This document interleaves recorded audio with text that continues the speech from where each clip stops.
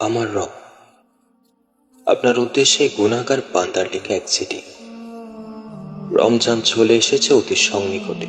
পরের রমজানে এই দেহে রু থাকবে নাকি জানি না। আগের রমজান থেকে শুরু করে এই রমজান অনেক গোপন পাপে নিমজ্জিত হয়েছি, যা শুধু আপনি জানেন। নিজেকে বিশ্বাসী হিসেবে দাবি করি, কিন্তু সব কর্ম অবিশ্বাসীদের মতো। নিজের আপন কেউ মেসেজ দিলে তা যত দ্রুত সম্ভব পড়ে ফেলি। আর আপনার দেওয়া 1400 বছর আগের মেসেজ ফার্নিচারের কোণে ধুলোমলিন হয়ে পড়ে আছে।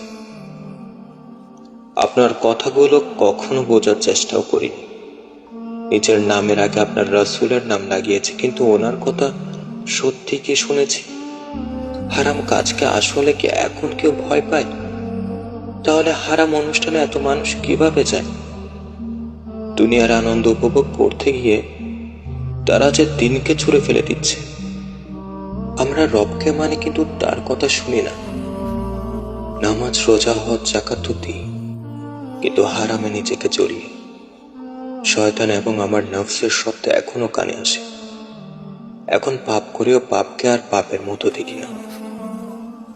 নিজেদের অন্যদের থেকে আলাদা দেখানোর জন্য ডেভিল শব্দ ব্যবহার করে থাকি। কাউকে আপনার দিনের কথা বলে তারা হেসে উড়িয়ে দিবে। হুজুর, বয়স কত, কি জানোস? জানি না, আরো কত কিছু বলবে। যখনই আমি ভেঙে পড়ি, আপনার এই আয়াত মনে করি, হাসবুনাল্লাহু ওয়া নি'মাল ওয়াকিল। আল্লাহ আমাদের জন্য যথেষ্ট, এবং তিনি উত্তম সাহায্যকারী, কার্য সম্পাদনকারী।